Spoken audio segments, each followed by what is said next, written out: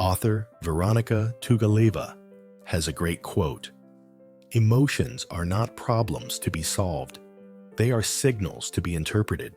Welcome to your Saga Oasis. In life, everyone encounters moments when things don't go as planned, and it feels like everything is falling apart. Each of us has our own way of reacting, but not everyone can find their way out of those gloomy days. So what helps some people get through, while others seem to be stuck? Today, let's explore some methods to manage these unwanted emotions. In this video, we will only mention the adverse emotions that each of us may experience. However, when these negative emotions become too severe, they can turn into mental health issues.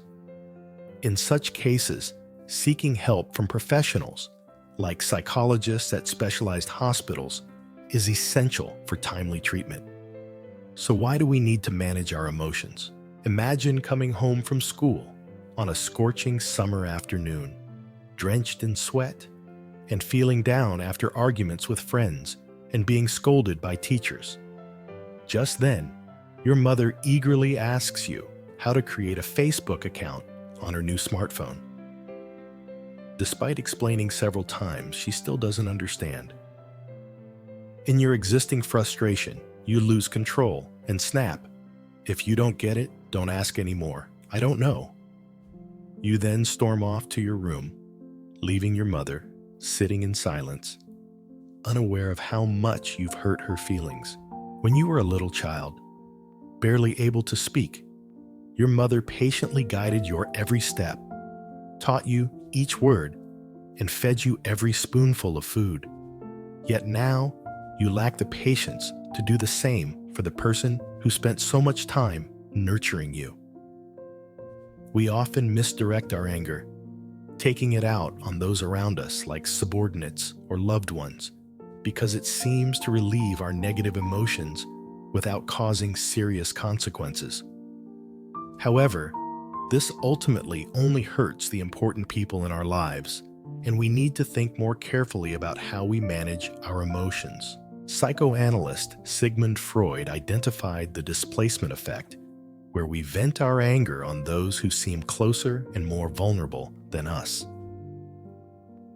This often happens because we try to suppress our dissatisfaction and dare not retaliate against superiors, fearing it will cause trouble. Conversely, with loved ones, we assume our outbursts will be easily forgiven. But, the ones who eventually face these negative emotions are you and your loved ones. We need to be aware of this to better manage our emotions and avoid unnecessary harm. We can easily find hundreds of videos or lectures on topics like how to avoid negative thinking and how to overcome negative emotions on the internet. But in reality, many of us still get stuck in feelings of frustration and often take it out on others. Author Veronica Tugaleva has a great quote: "Emotions are not problems to be solved. They are signals to be interpreted." This saying helps you see your emotions differently, allowing you to learn how to control and manage them more effectively. The first thing to understand is why emotions are not problems to be solved. Emotions are natural human responses to different situations. Each event can trigger various emotional reactions in different people. Additionally, here's an interesting point you might not know. The brain generates emotions before it processes thoughts. This means emotions appear before we have a chance to think about them. In a very short time, emotions not only affect us, but also drive us to act immediately. This shows that emotions are instinctive, immediate, and inherent human reactions. Each person may have different reactions or emotions to the same event, reflecting the unique ways individuals handle and face life. Emotions are not the problem. The reasons behind their appearance are the key points. Unfortunately, today's society often assumes that showing emotions is a weakness that needs to be fixed and suppressed. When we suppress our emotions, we often turn to other means to avoid them, such as excessive shopping, overworking, or using alcohol and substances to numb our feelings. However, these emotions do not disappear. They remain present. It's like compressing a spring. The longer and harder you press it, the more forcefully it will rebound when released. Secondly, why are emotions signals? Whether negative or positive, they each have their own significance. Behind every emotion lies a message that we need to uncover. Positive emotions serve as signals affirming that you are on the right path, while negative emotions are signals demanding your attention and urging you to take action to make a change. So, what actions do we need to take? To effectively manage emotions, we can apply some simple steps. Step 1. Hit the pause button. As soon as you feel something is wrong, or your emotions start becoming uncomfortable, take a moment to pause. Step 2. Focus on your breath. To regain balance, shift your attention to your breathing. Take a few deep breaths. This not only helps relax your body, but also calms your mind, diverting your attention from negative thoughts. This process will gradually diminish or weaken your emotions, giving you the time to consider and respond more appropriately to the situations at hand. Step 3. Label your emotions. This is an essential step in managing emotions that we often overlook. When we feel sad or down, we tend to comfort ourselves by saying, "Why am I so weak? Don't make a big deal out of it." Sometimes we use this approach to console others when they are unhappy, telling them, "There's nothing to be sad about, cheer up, everything will be fine." But will everything really be fine?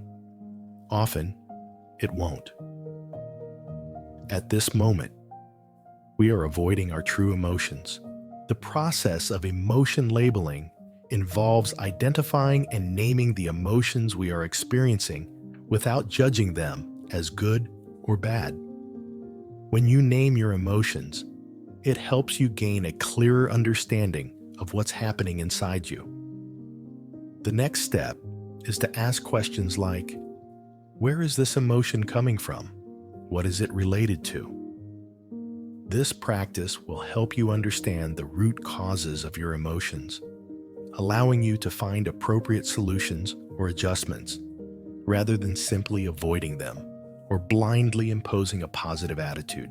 This example demonstrates how to apply the steps of emotion regulation in a specific everyday situation. Step 1. Pause. Today after work, you got stuck in traffic during a heavy downpour and started to feel frustrated because some people were blatantly cutting into your lane. You wanted to yell at them, but you remembered the need to pause and not let yourself react negatively without thinking. Step 2. Breathe. You focus on your breathing, taking deep breaths in and slow breaths out. This helps reduce the feeling of anger and brings back a sense of calm. Step 3. Label the emotion. While breathing, you start to think about your feelings, realizing that your anger isn't just because some people are cutting in, but also because you're stuck in traffic during the rain, making you worry that the food you bought will get cold and everyone at home will have to wait for dinner. Step 4. Take action. After identifying and understanding the root cause of your emotions, you decide to take out your phone and call home to explain the situation, which helps reduce both your anxiety and that of your family. Your mom reassures you that there's nothing to worry about and that you just need to focus on getting home safely. As a result, you successfully manage your anger, become calmer, and continue your journey safely. Now, let's change the situation a bit. You couldn't control your anger and accidentally said some bad words, which the lane-cutting driver heard, leading to a verbal fight. He even continued to cut you off on the road, making you feel more frustrated and helpless with no way to confront him. When you got home, you were angry and snapped at your parents when they asked concerned questions. The food was cold, and you decided not to eat. This made your father angry, and he started scolding you, leading to a tense argument between you and him. In the end, who is left with the negative emotions after all this? It's you and your loved ones. We cannot control every event that happens in our lives, but we can choose how to respond to those events. Taking responsibility for our emotions means not blaming circumstances, events, or anyone else. While these events may be the cause of how you feel, you are the one who decides how to react to them. If you feel upset because of someone else's actions, it indicates that you are allowing them to affect your emotions.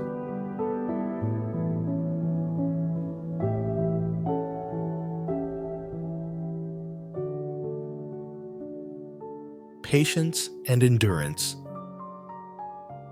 Endure and patience are two different concepts, much like the difference between suppressing emotions and controlling emotions. When you get home, you may have learned to leave negative things at the door, but the question is, what do you do with them when you're outside? The frustrations and fatigue still exist outside, gradually accumulating and potentially exploding one day. When you step outside and are still haunted by negative things, you are suppressing your emotions. This is an act of endurance, trying to push down your inner dissatisfaction to prevent it from surfacing. Emotion controlling, on the other hand, means that your emotions are still expressed outwardly, but in a controlled and moderate way. This means that when you get home, you can talk about the negative things you experienced rather than taking them out on others. Learning to be patient and control emotions is truly a lifelong lesson, and we may all spend a lot of time and still not master it. However, developing the habit of adjusting emotions from negative to stable or positive requires time and practice. So don't worry too much if the methods you've tried before haven't brought the desired results yet. Our parents are not psychologists, and they have their own issues. As you start to understand how to control your emotions, you can not only guide yourself and others, but also apply that knowledge to your future life as a parent. Adopting different approaches to provide the best for your children, our generation has the opportunity to heal and grow together. We believe that we can all achieve this, supporting each other in the journey of self-improvement and building a better community.